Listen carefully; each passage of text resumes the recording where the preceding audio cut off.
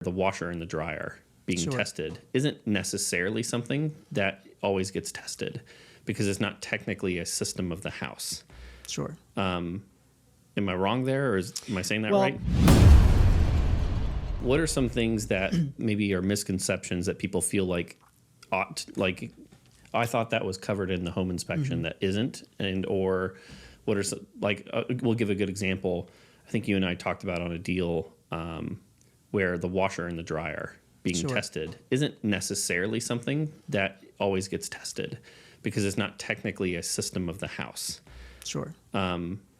Am I wrong there, or am I saying that Well, right? ASHI, the organization that sets the standards, is the standards are there to protect, first and foremost, the home inspector, right? Because there's so many variables that go into in a home inspection and so many systems.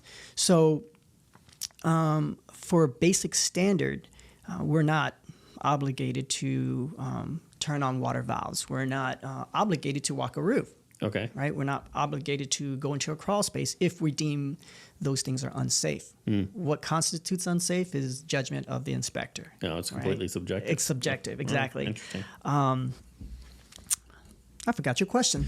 Well, the limits of the inspection are what, Okay. what's included and kind of what's not included. Because I had, I'll give you an example, then I'll let you answer. Okay. I had a washer dryer situation where we closed on the house. Sure.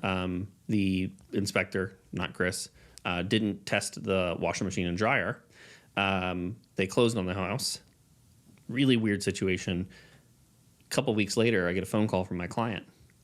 Hey, Dan, I have water coming out the side of my house. And I'm like, bro, are you high? Like, what's going on here? And he's like, no, I have water coming out the side of my house. I'm like, all right, send me a photo or a video. Like, I got to see this, because I legitimately thought my person was like high or something along those lines. Well, sure enough, there's like water coming out the siding of the house. The previous garage had been converted into a master/laundry area, right? Instead of it just being a garage with a laundry in there. Sure. Well, they put a full bathroom in there, and the plumbing was not large enough to handle both at the same time. And so what they ended up doing is they took the washing machine when they did the conversion, I don't know, in the 90s or something along those lines, and they took the gray water from the washing machine and had it go out into the lawn for their garden. And then it looked like there was two pipes, because at some point it looked like they basically put it into where the French drains were, and then it went out to the street. A natural drain field. So, I mean, I guess sometime in the 90s, it was basically the regulations came out and said, hey, you can't do this anymore. But it used to be legal. Sure. And so whoever redid the siding sometime in the early 2000s cut that thing off in the wall, put the siding up. And who knows how long it's been happening, but the previous owner claimed that they didn't know about it, or they're like, I don't know, we've always done our laundry and we never noticed any difference. So, but we didn't catch that, or who knows if we would have caught it if we ran the dishwasher, or are we going around the outside when it just so happens to be doing the pump and going out? Would that have even been caught? So, I guess going back to my question is, what do you find, what are some of the limitations of inspections? So let's build on that comment in terms of misconceptions with the washer dryer, right? So as a home inspector, we are not allowed to turn on any, I call them water controls, but basically faucets in terms of underneath valves. Anything that's been turned off? Yes, we cannot turn on. Just in case we turn it on, it breaks and starts flooding the house. Or was broken and turned off for a reason. Exactly. Okay.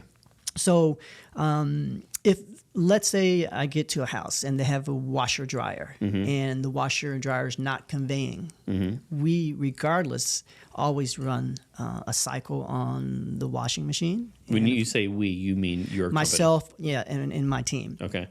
Regardless of whether or not the appliances are conveying or leaving. Sure. Right. And a lot of home inspectors, because the standards, if they're not going to stay, they don't have to test the appliance. Interesting. We test regardless, because just because it's there, it's leaving, doesn't mean that the drain is not functioning correctly. So we always run a cycle, make sure the drain for the washer is sufficient.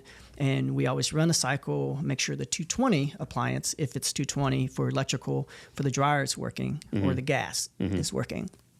Another major misconception we get often is I think a lot of buyers are always on the assumption that a home inspection is where we find and document everything about a house like if it's brand new, right? And it's not.